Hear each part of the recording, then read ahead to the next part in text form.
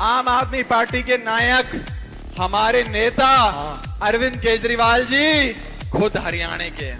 आपका अपना बेटा केजरीवाल आज आपके लिए संघर्ष कर रहा है और झोली फैलाकर आपसे आशीर्वाद रूपी वोट की मांग रखता है। इस बार अपने बेटे हरियाणा के लाल अरविंद केजरीवाल को वोट देकर भारतीय जनता पार्टी को आंख में आंख डालकर चुनाव के रण के मैदान में मॉडर्न इलेक्शनरिंग टेक्निक से हराने का अगर किसी को ज्ञान प्राप्त है तो सिर्फ अरविंद केजरीवाल को। कहने की कोशिश करें कांग्रेस पुरानी हो गई है, अब नई नवेली पार्टी हम हैं, हम ही बीजेपी को जवाब दे सकते हैं। आम आदमी पार्टी कह रही है कि कांग्रेस अब इस देश की काबिल ही नहीं बची है, तो इसकी अब बात क्यों करें। देखिए, नमस्कार, आप सभी का स्वागत है एक नए डिबेट के साथ। राघव चड्ढा का अपमान होते हुए आपने कभी देखा नहीं होगा, तो इस डिबेट में आप देखिए कि राघव चड्ढा कौवे ने भी राघव चड्ढा को छोड़ा नहीं है। तो इस डिबेट को शुरू से लेकर अंत तक जरूर देखिए। डिबेट पसंद आए तो चैनल को सब्सक्राइब कीजिए और फिर फटे पुराने हो जाते हैं तो बाहर कर दिया जाता है। ये उस स्थिति की तरफ बढ़ रहा है। मजे की बात देखिए, उन्होंने क्या कहा, हमने जितनी तेजी से प्रगति की है उतनी तेजी से किसी ने नहीं की। सही बात है। अरे 10 साल में क्या, हमें 72 साल हो गए, कभी कांग्रेस से समझौता नहीं किया। 72 दिन में कांग्रेस से समझौता किया, इसलिए सत्ता। और इतना ही नहीं, मजे की बात देखिए, सबसे पहले दिल्ली में जब 8 सीटें कांग्रेस की थी, 32 हमारी और 28 इनकी थी, कांग्रेस ने इनकी पालकी ढोई, सत्ता की दहलीज पार कराई। अब फिर भैया उन्होंने दिल्ली तो छोड़ो पंजाब भी निपटा दिया। तो इसलिए इन दोनों के बीच का जो आपस का दर्द है, इन्होंने कहा ऐसा एक ऑल्टरनेटिव मॉडल दिया है केजरीवाल जी ने। मुझे तो समझ में नहीं आता, वो ऐसा मॉडल है हर साल अल्टरनेट होता रहता है। आज तक एक भी मुद्दा आप नहीं बता पाएंगे जिसके ऊपर उन्होंने कभी यू टर्न न लिया हो। मतलब एक स्टैंड, उदाहरण के लिए किसान बिल सबसे पहले पास करने वाली विधानसभा दिल्ली की थी, वापस ले लिया। शराब की पॉलिसी स्टैंड लिया, वापस ले लिया। खैर वो लोकपाल वगैरह टोपी ओपी तो नहीं है, वो तो अलग बात है। इनके साथ क्या है, इनकी दूसरी प्रॉब्लम है। इनके साथ तो वो स्थिति, इनके मॉडल के लिए क्या कहें, वो मुझे 80 के दशक का, 90 के दशक का अपना बचपन का गाना याद आता है। मुझे तो ये लड़का दीवाना लगता है, गाड़ी का कोई मॉडल पुराना लगता है। ये उस मॉडल को चलाने में ही लगे हुए हैं। आप क्रोनोलॉजी समझ लीजिए। दिल्ली बीजेपी ने एक तस्वीर ट्वीट करके निशाना साधा है विपक्ष पर। राघव चड्ढा की तस्वीर ट्वीट की है। दिल्ली बीजेपी ने राघव चड्ढा की तस्वीर ट्वीट करते हुए, ये बड़ी खबर दिल्ली बीजेपी ने ट्वीट की है। ये तस्वीर राघव चड्ढा की, ये तस्वीर ट्वीट की गई है। क्या इसमें दिखाया गया है कि राघव चड्ढा के ऊपर कौवा एक अटैक करता है और बीजेपी ने उसमें लिखा हुआ है, झूठ बोले कौवा काटे, आज तक सिर्फ सुना था, आज देख भी लिया, कौवे ने झूठे को काटा। राघव जी, बहुत स्वागत आपका हमारे प्रोग्राम में। चुनाव आपका कैसा जा रहा है पहले बताएं, क्योंकि जैसा मैंने कहा बहुत सारे लोग हैं इस चुनाव में। आपने बुलाया और हम चले आए। क्या बात है। बहुत अच्छा चुनाव चल रहा है। आम आदमी पार्टी पूरी मजबूती से हरियाणा की 90 में से 90 सीटों पे चुनाव लड़ रही है। पार्टी के राष्ट्रीय संयोजक हमारे नेता अरविंद केजरीवाल हरियाणा के लाल हैं। तो आजकल पता नहीं क्यों मुझे थोड़ी शेरो शायरी सूझ जाती है, तो एक शेर आया दिमाग में, अब लेकिन आपके लिए नहीं था, लेकिन अब आ गया दिमाग में, तो कह दे रहा हूं कि बेहिसाब हसरतें ना पालिए, जो पहले मिला है उसे संभालिए।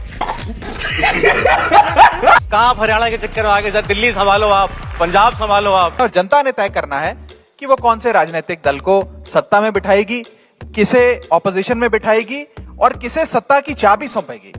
आप चाबी लेके भाग जाएंगे। अरे कितना वोट मिला था आपको 2019 चुनाव में? देखिए 2019 में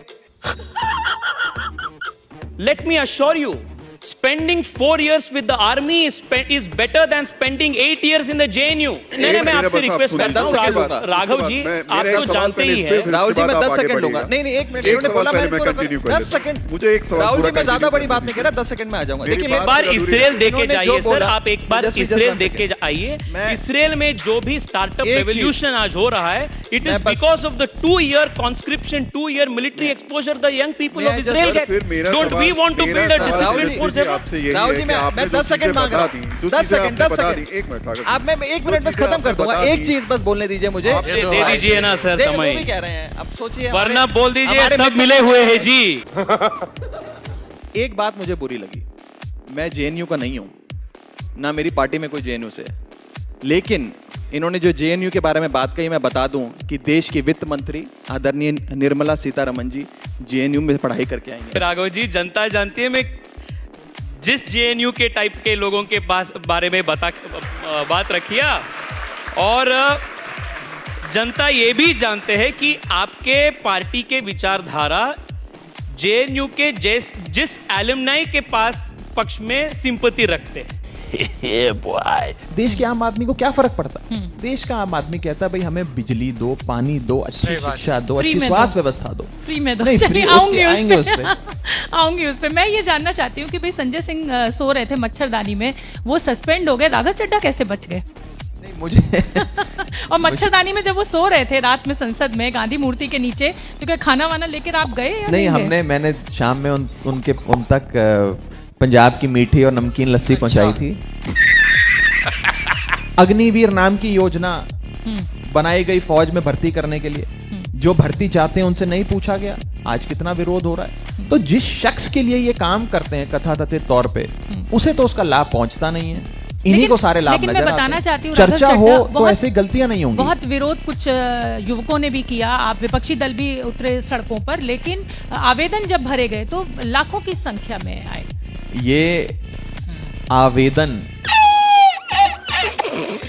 ये कोई भगवंत मान अरविंद केजरीवाल, राघव चड्ढा तो अपने साथ लाए आप नहीं। इतना बड़ा दावा कर रहे हैं, खुलेआम सिद्धू मूसेवाला को मैं उस पे आ रहा हूँ, आप कातिलों तक इतने लंबे इंतजार के बाद पहुंच पाते हैं, और आप कह रहे हैं कि आपकी कानून व्यवस्था एकदम परफेक्ट। मैं उस पे आ रहा हूँ, सारी सहूलतें मौजूद। अब आगे बढ़ूंगी, हमने आते ही जेलों का वीआईपी कल्चर आगे बढ़ूंगी। सलाहकार समिति पे आना चाहूंगी। दिल्ली में तो जरूरत नहीं पड़ी थी, फिर पंजाब में जरूरत क्यों पड़ गई? और क्या जो आपके ऊपर आरोप लगाया जा रहा है सुपर सीएम, क्या दिल्ली से पंजाब की सरकार चलेगी? 92 सीट आई है, इतना बड़ा बहुमत जनता ने दिया है, फिर इस एडवाइजरी कमेटी की जरूरत क्यों पड़ गई आम आदमी पार्टी को?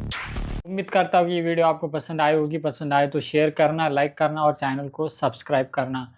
राघव चड्ढा, आप सभी लोगों को पता है कि संसद में क्या हुआ था। संसद के बाहर जैसे ही वो फाइल लेके आ रहे थे तो कौवे ने उनको काट लिया। तो इसी पर बीजेपी के प्रवक्ताओं ने कह दिया कि झूठ बोले कौवा काटे, और इसी पे बहुत सारे स्टेटमेंट भी आए। हालांकि पता नहीं, अब कांग्रेस की हाल तो ऐसे हो चुकी है, ना घर के ना घाट के, और दुश्मन अनाज के हो गए हैं। कोई भी जनता इनको सहमत नहीं है, इनके निर्णयों से सहमत नहीं है। अब जनता जो चाहती है वो विकास चाहती है, और विकास की दौर में जो भी चलेगा उसी को जनता पसंद करेगी। फिलहाल इस डिबेट में इतना ही, मिलते हैं अगले डिबेट में। तब तक के लिए जय हिंद, जय भारत।